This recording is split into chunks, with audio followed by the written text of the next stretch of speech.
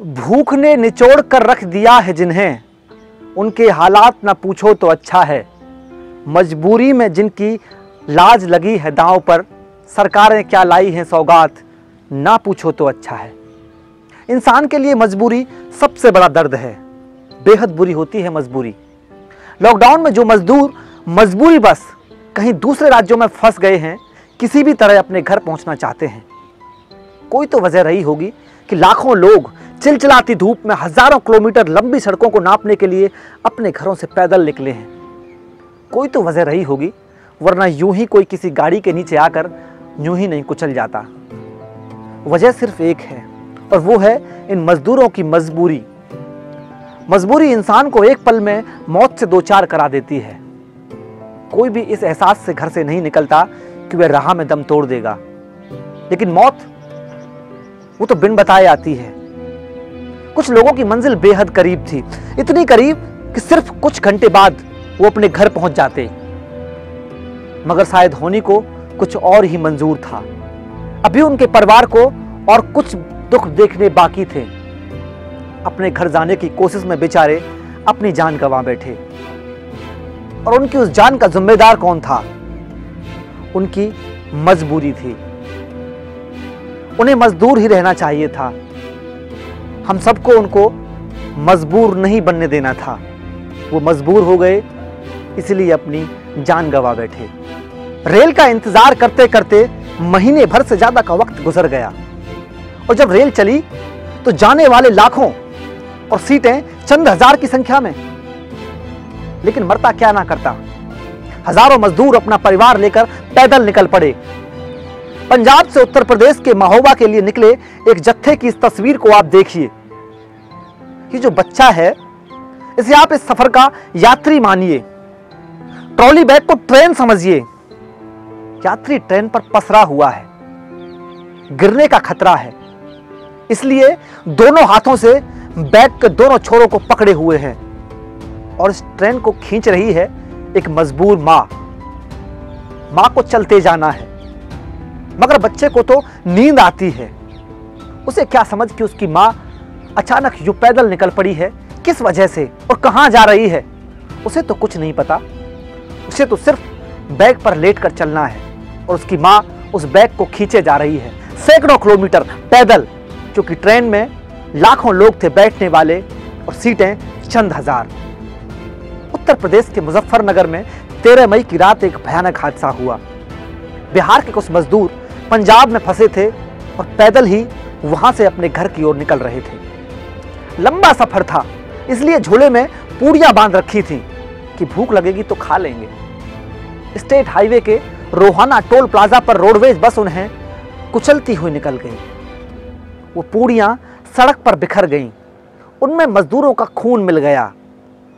Biscuit के कुछ packet जो शायद जिस्म को बुरी तरह थका देने वाले सफर में थोड़ा ताकत दे रहे थे, खुलकर टास के पत्तों के जैसे उस खौफनाक दृश्य के बीच बिछ गए।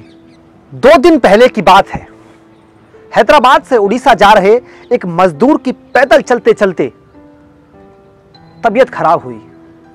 सीने में दर्द उठा, उल्टियां की और चक्कर खाकर सड़क पर गिर पड़ा। साथ चल रहे लोगों ने पुलिस को सूचना दी। अस्पताल में उसकी मौत हो गई। डॉक्टर ने बताया कि मौत लू लगने से हुई है। महाराष्ट्र के औरंगाबाद में हुए रेल हादसे के विभत्स नजारे को तो पूरे देश ने देखा है। रेल की पटरियों पर बिखरी रोटियां गवाह थी कि भूख किस कदर मजबूर करती है। 16 मजदूरों के ऊपर से मालगाड़ी गुजर गई। सब ने वहीं पर दम तोड़ दिया। सब गहरी नींद में थे, संभलने तक का मौका नहीं मिला किसी को।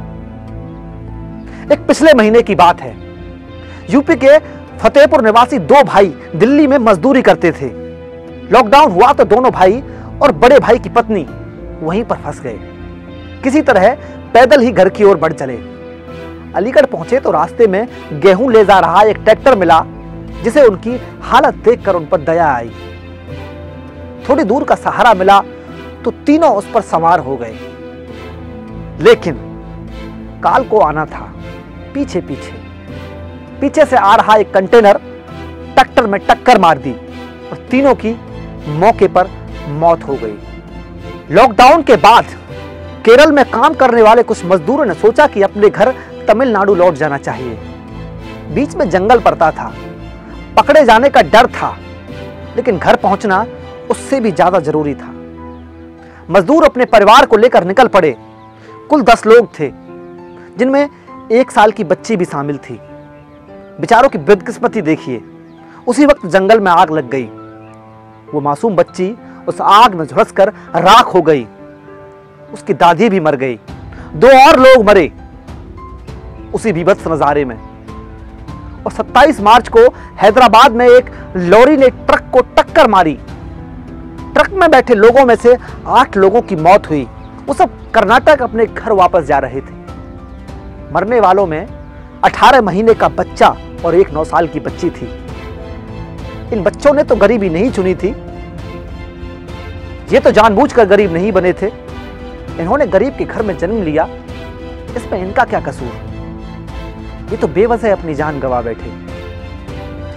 लेकिन ऐसी तमाम कहानियां जो मैंने आपको इस वीडियो में बताई हैं, आपके आसपास भी होंगी, जो आपकी भी रूह को बेचैन कर रही होंगी। तो आप सभी उन कहानियों को हमारे साथ साझा करें और हो सके तो उनकी जितनी आपसे हो सकती है मदद करें। और हां, एक बात और, सरकार के भरोसे ना बैठें। क्या पता सरकार हमारे भरोसे बैठी हो। इंसानियत जिंदा रहनी चाहिए। जो सड़क पर चल रहे हैं पैदल, वो कहीं ना कहीं हमारे और तुम्हारे लिए, वो मजदूरी भी करते हैं तो किसके पास, किन कारखानों में क्या बनाते हैं? वो सब बनाते हैं ना जो हम यूज करते हैं, चाहे कपड़ा हो, पेन हो, कॉपी हो, पेंसिल हो, लैपटॉप हो, मोबाइल हो, कुछ ना कुछ तो बना रहे हैं। बिल्डिंग हो, शॉपिंग मॉल हो, कॉम्प्लेक्स हो, चिड़ियाघर हो, या फिर कोई और घूमने का स्थान हो, कहीं ना कहीं तो मजदूर लगते हैं। तो एक बार उनके उस दर्द को समझिए, उनकी उस मजबूरी के दर्द को समझिए। उनकी कौन सी मजबूरी उन्हें अपने घर से सैकड़ों किलोमीटर दूर, हजारों किलोमीटर दूर खींच कर ले जाती है, और आज वो अपने घर वापस जा रहे हैं। अगर आपको कोई सड़क पर ऐसे चलता दिखे तो जितना हो सकता है उसकी मदद करें। जय हिंद, जय भारत।